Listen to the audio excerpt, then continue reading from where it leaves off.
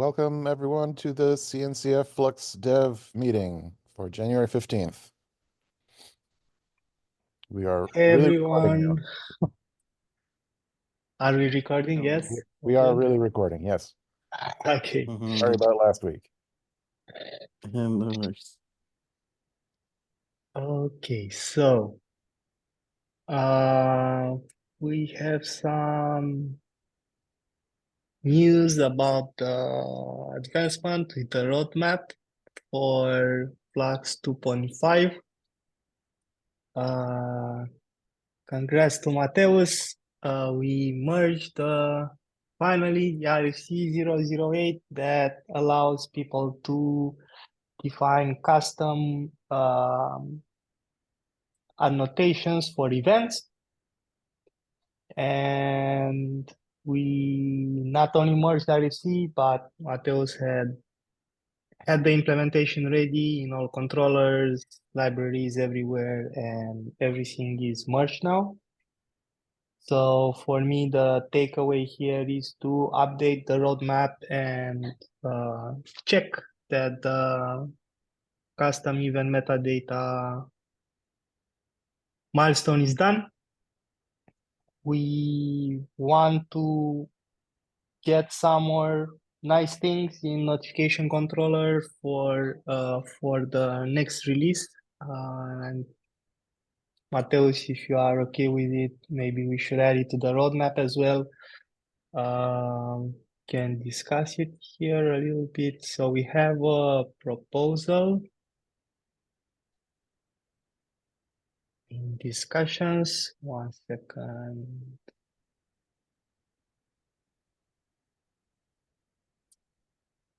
Paste it here. Kingdom, if you can add this link, please, to the doc. It's this one.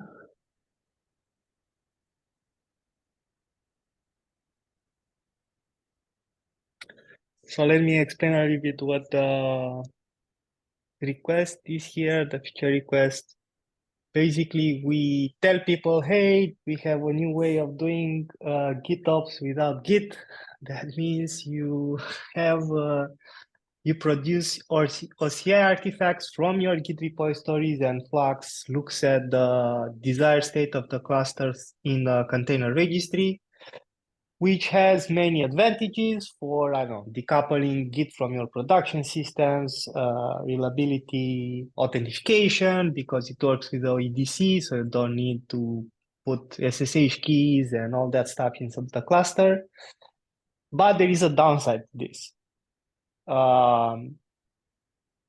GitOps with OCI artifacts means that people still collaborate in Git. That's where they do all the modifications. And at the end, an OCI artifact is pushed from your CI with the Flux push command. And the Flux push command, Flux push artifact command, has two required fields. One field is you need to specify where the artifact is built from, the URL of your repo, for example, and also the revision, which usually is the Git branch and the Git commit. So when you look at the artifact inside the cluster, you know where that artifact originates from, right? The problem is that when we issue events from customized controller, we don't have in the events the revision, not of the artifact, but the revision from which the artifact was produced, the Git branch and the Git commit. This information is only visible when you run the command with the CLI flux trace. Why? Because flux trace walks back, it looks at the deployment, sees, okay, this deployment is applied by this customization. What's the source of this customization? Oh, it's an OCI artifact. From where the OCI artifact was built, then it knows how to show you the Git origin of that artifact. But this information is basically lost when you look at your Slack channels, when you look at your Git commit status, and so on. Because customized controller adds to the event only the OCI artifact revision. So the Git origin is kind of lost in all things around notifications. And users that are moving to OCI artifacts due to the various advantages of doing that are getting less visibility into what's happening, and it's harder to figure out, okay, something is failing in the cluster. I see the notification in Slack, or Flux writes back to the Git commit status. But now we can't write back to the Git commit status because customized controller does not forward that information, and we can't post on Slack, hey, this failed from this OCI artifact that was produced from this Git repository, this branch, this commit. So in order to solve this issue, we have this information inside the cluster in the status right inside the artifact. What we need to do is have customized controller forward this as metadata in the event. And then in notification controller, for example, when we send the event to Slack, we should have the origin revision listed there. So you can see the branch and the commit. And for the commit status, the logic in notification controller could see, oh, is this event that I'm receiving? Is this event have this special annotation, which is called origin revision? If it does, then notification controller should look for this field to extract the commit where it does the status update. So given that we have added custom annotations to events, I think also implementing this traceability for OCI artifacts will fit nicely in this next release. And yeah, Mateus, I think you could get started on that. We discussed a little bit what are the modifications to customize controller and notification controller. The modifications are not that impactful because we already have all the informations. We have a way to see what metadata is on the artifact, and we have a way to send this metadata back to notification controller. It's something that we could, let's say, easily ship, right? Yep. I'm in. Cool. So another takeaway for me then is to add this proposal to the roadmap, so people will know that we are going to ship this in the next release. Yep. Sounds good. One day until we're done. Yeah, I think most work will be in the test Customized control. in customized controller, writing a test for it, because forwarding the metadata will be easy, but we also need to test that we are doing the right thing. I mean, probably also not so hard because we're probably already testing that we are sending other kind of like Setting the revision, revision. Yeah.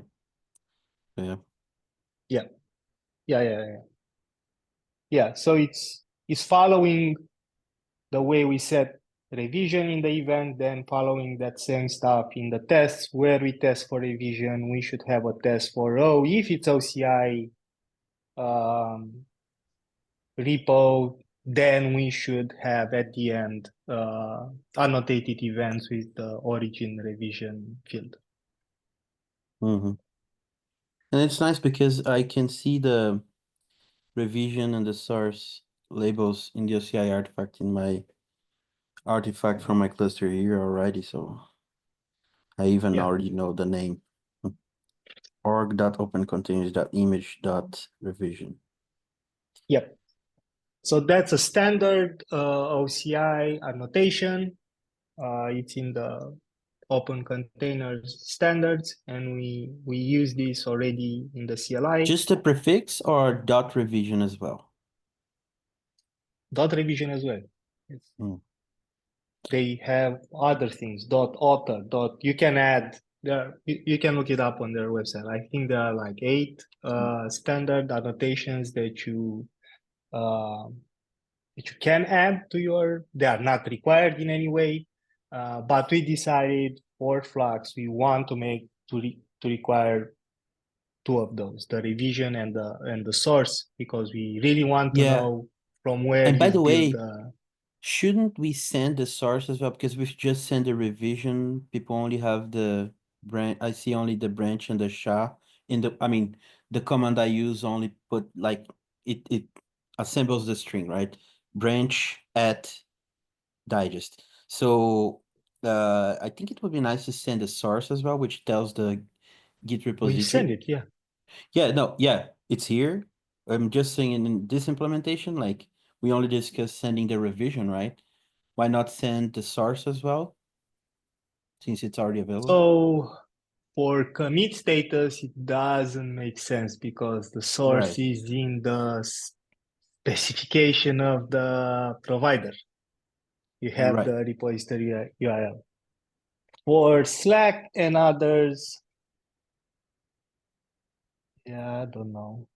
I mean, the name of the OCI artifact should already tell you from where it comes. Right. Uh, Right. yeah, if you have like, if your repo is podinfo, your OCI artifact should be named podinfo, and Yeah, you, yeah, that's true. And yeah, that's not let's gonna add change, those. right?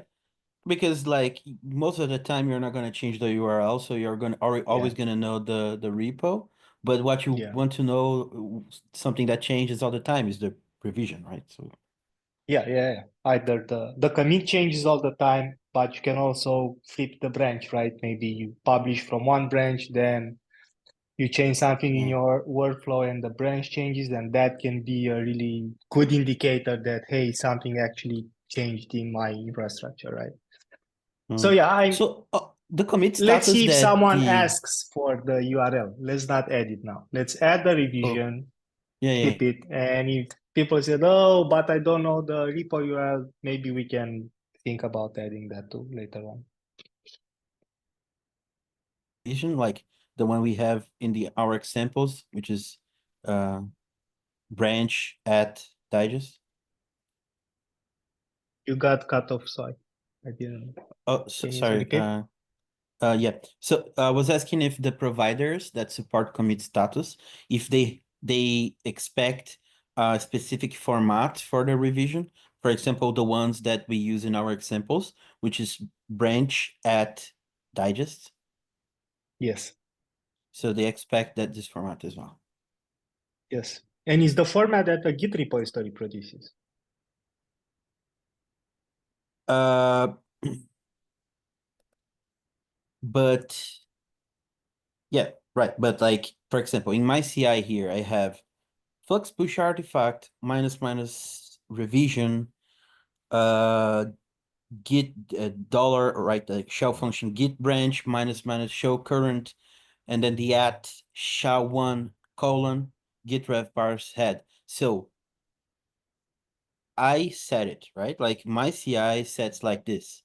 So if people don't follow this format, then the Notification controller will fail and it will say invalid revision for Git.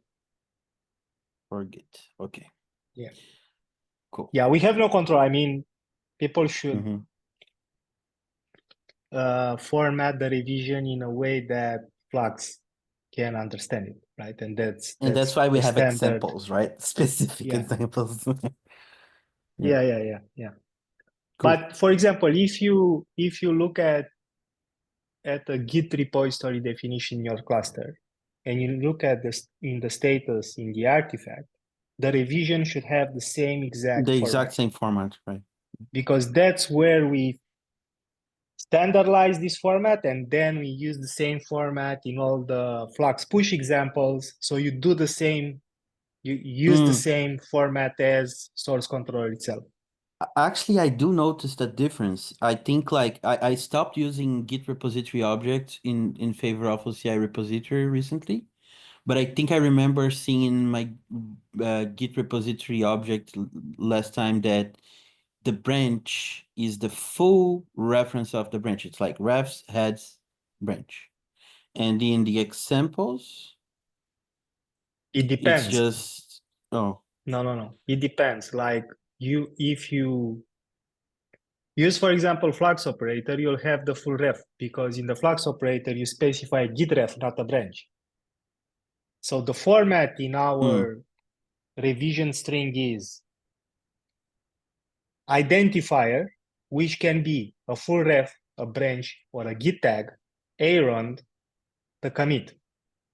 What notification controller cares about is the commit, because it's the commit status update.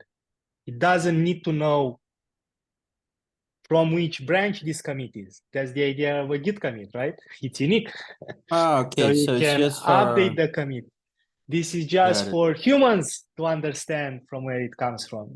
Right, right. For example, for when we add the origin revision to all the alerts, right? And you look in your Slack channel and you see, oh, it failed.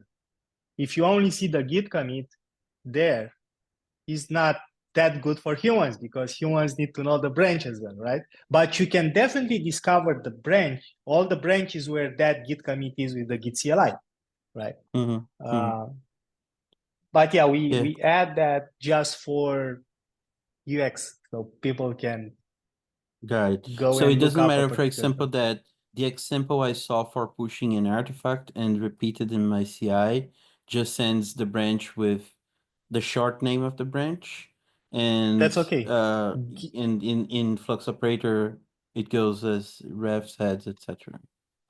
Yeah, So it doesn't there matter. is Okay. no problem. Yeah, it doesn't matter. Because Okay. so if you create, for example, a Flux Git repository, and in the ref you don't specify the full ref, you only set the branch name. In the revision of the artifact, you'll only get the branch name, not the full ref. It really depends how you specify the ref. It's a full ref, it's only the branch, or it's, let's say, a git tag, and you only see the tag, right? So it's flexible like that, because in the end, the identifier that we really care everywhere is the git commit. That's what notification controller cares about when it updates the status. It doesn't use the branch or tag, or anyway, you can't even update the status of a tag. There is no such concept. You update the status of a commit, and if the commit is in 10 branches and I don't know, 5 tags, that's it, right? You can have a commit in many places in Git. Cool. Sounds good. Cool. One last thing I wanted to bring up today is that we have a pull requesting package around sparse checkout that we discussed before. This one is now approved by Paulo. Paulo is a maintainer of Flux, but also a maintainer of GoGit. That's why I really wanted Paulo to look at this thing and tell us, hey, is GoGit used correctly for sparse checkout? So he approved it. I have put this pull request on hold right now. I asked the contributor to test committing with GoGit from a clone that uses sparse checkout.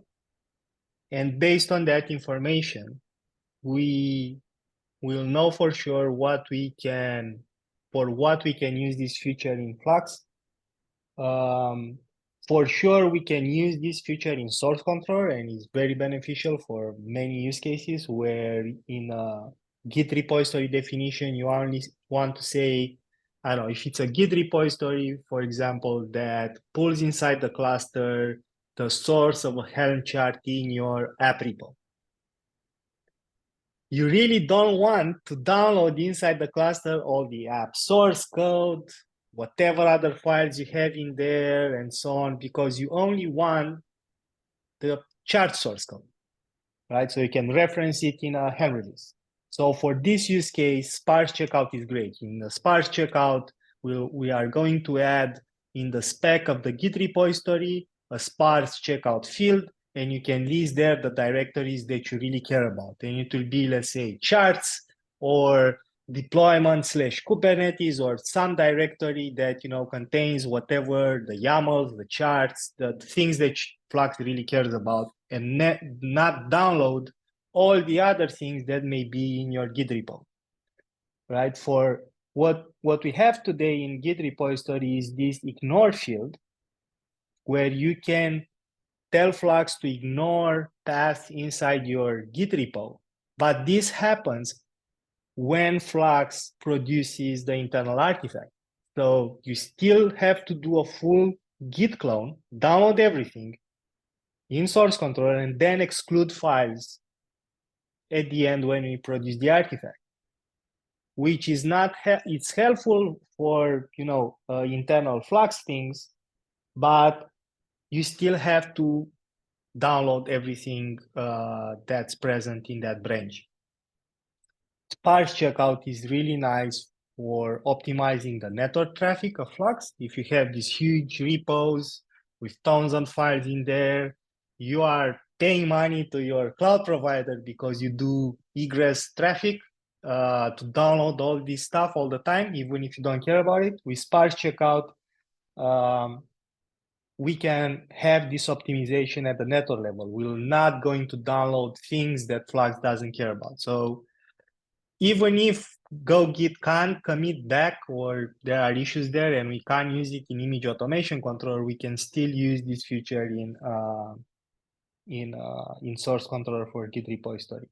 But maybe GoGit, it can commit things back to a sparse checkout, and then we can use it everywhere. We can also use it in image automation. So I just wanted to give you an update on this stuff.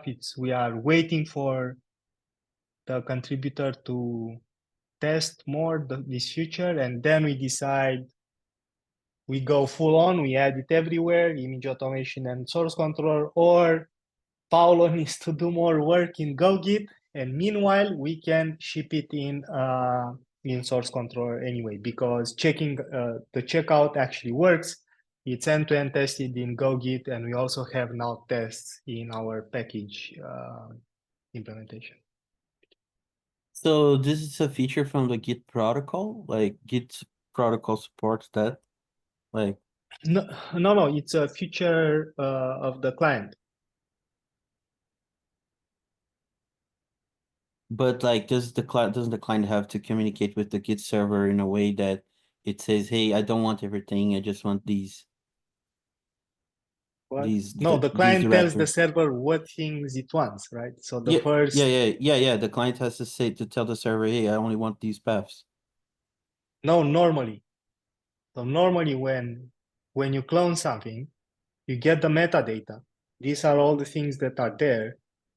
And then you do a streaming of each file to do the fork, Hmm. to do the Oh, so clone. it's like, so it's So Git is when you already that's sparse, how Git already works. yeah, Yeah. of course, right? You stream every file. You just don't receive everything from once. It will be impossible, right? It's streaming because you can have gigabytes of data, Right. millions of files, and so on, right? So you don't just receive a huge tarball with everything. Everything goes through streaming. So with sparse checkout, you do a remote ls, basically. You get the metadata. We say, hey, all these are all the things that you want to get. But instead of say, hey, I want all this in this order, you only say, hey, I want only these things in this order, right? And how, if you look at the docs for the Git CLI, how they implemented that, you can start with a sparse checkout of some directories, then later on you can add more directories, and so on, right? So it's you get to pick other things while you are working on your source code. And it's, I said last time, I really see how this is very useful for organizations. We have these huge monorepos. GitHub published a blog post about sparse checkout, I think 5 years ago, when they actually describe how this is useful for them and for Microsoft and others. So this is a feature that's been experimental in the Git CLI for many years now, and it has become more stable. And now, if GoGit has implemented it, like the Git CLI definitely knows how to push commits from a sparse checkout. That works. What we are not sure if that GoGit does not rely on anything in the Git CLI, is a pure Go implementation from scratch of the Git protocol. So we don't know if GoGit can push things back, but the Git CLI definitely does. Like so the Git CLI is able to push things back when the Git CLI did a sparse checkout. Yeah.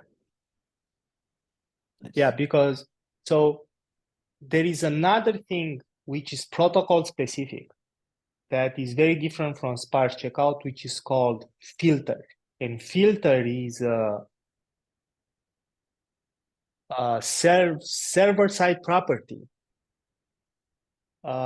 where it also is like sparse checkout, but goes a step beyond sparse checkout, where it filters also the metadata that you fetch in your .git directory.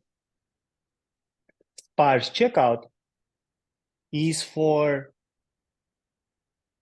pulling Versioned files objects. in your, is for blobs that end up in your work directory, but it fetches all the metadata of the repository. .git is the same as you would do a normal checkout. So that's why it's not doesn't depend on a server feature. Filter is the new thing that not only filters the blobs that you get in your work, it also filters the metadata in the .git directory. And with that, committing back is way more trickier. It also depends on features in the server. But just saying, I don't want to download these files, just give me the metadata for everything, and I want only to download these files, what sparse checkout is, does not depend on specific things, on a specific feature of the server, like filter. There is a pull request in GoGit to add filter as well. It's not merged. And that's something that, would be a further optimization on top of sparse checkout, where you say, I want sparse checkout, but I also want to filter the metadata and everything else only for this path.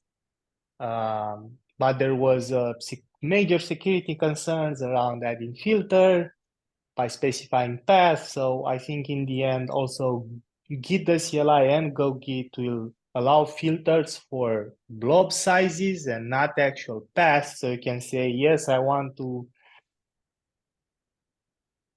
check out, but don't get in my metadata files which are over 10 megabytes or whatever, which in our case works, right? You don't have a YAML of 1 gigabyte or what. If you have that kind of large files, they are definitely not for Flux to apply on the cluster. So filter will be also very beneficial for us in source controller. In image automation controller, it will be very hard to use filter because then, as I said, committing back becomes very problematic because you don't even have the metadata. What will happen when you do a git commit and you no longer have those in the work dir?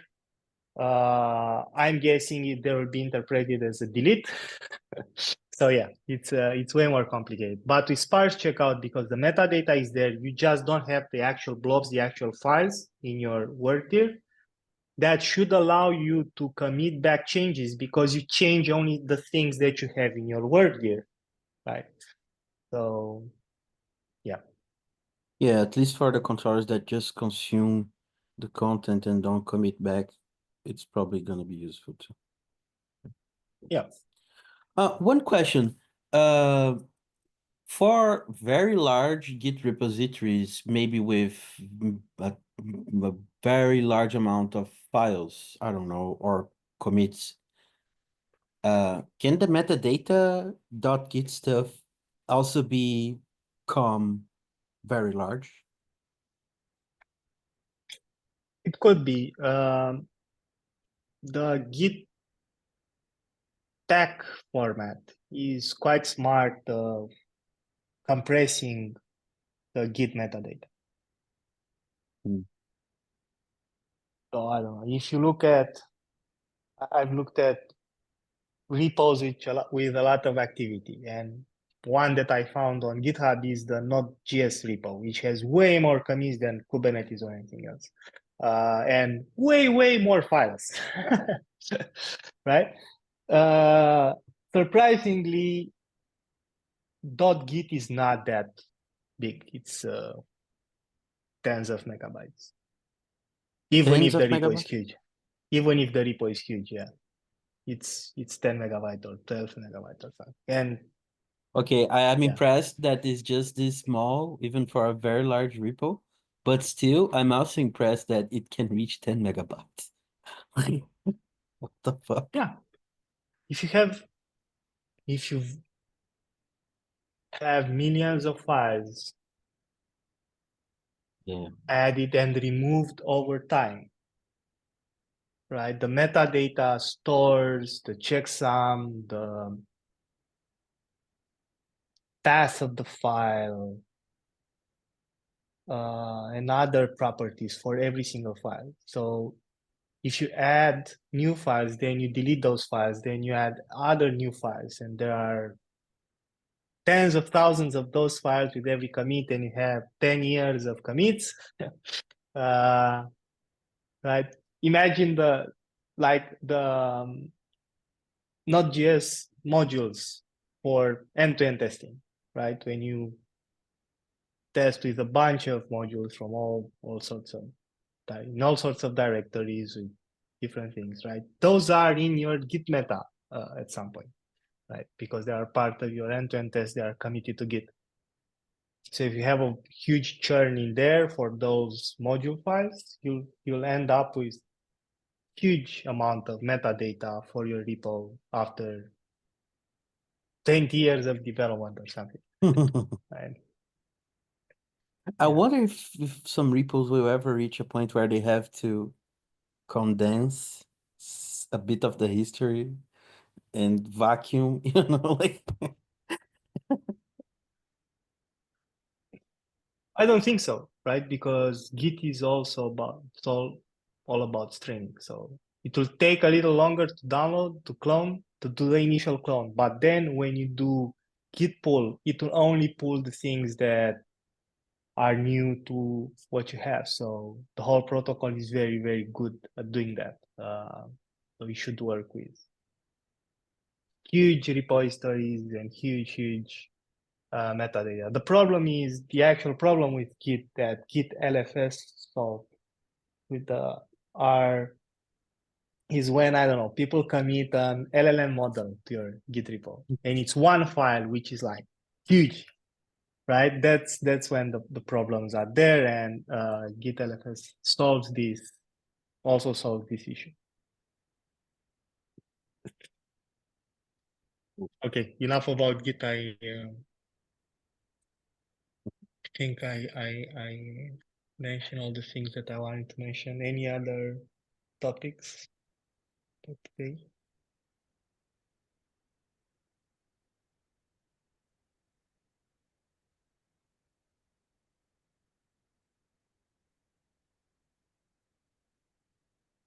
If not, we can cut the meeting short. I have a meeting right after this one, and I have to prepare some stuff.